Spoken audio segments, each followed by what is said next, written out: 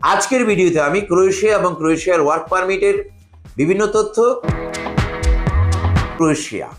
ক্রোয়েশিয়ার ভিসা এখন প্রচুর পরিমাণে সফল হচ্ছে, বলা যায় 95% থেকে 99% সফলতা ক্রোয়েশিয়ার ভিসাতে রয়েছে।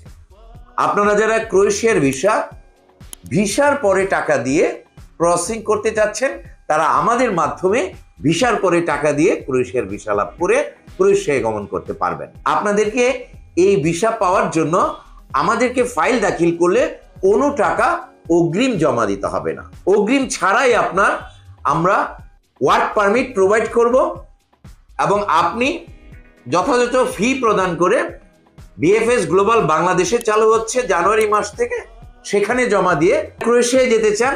আসুন আমরা জেনে নেই ক্রোয়েশিয়া কেমন দেশ।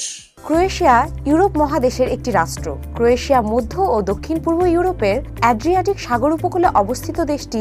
সরকারি নাম প্রজাতন্ত্রী ক্রোয়েশিয়া। এটির রাজধানী জাগ্রেব। দেশটির আয়তন 56,594 বর্গ কিলোমিটার এবং জনসংখ্যা 4.28 মিলিয়ন, যাদের অধিকাংশই রোমান ক্যাথলিক। এবারে আমরা জানবো ক্রোয়েশিয়ায় গেলে আপনারা কি কি ধরনের কাজের সুযোগ পাবেন। ফুড প্রসেসিং, ফুড প্যাকেটিং কাজে জেনারেল ওয়ার্কার,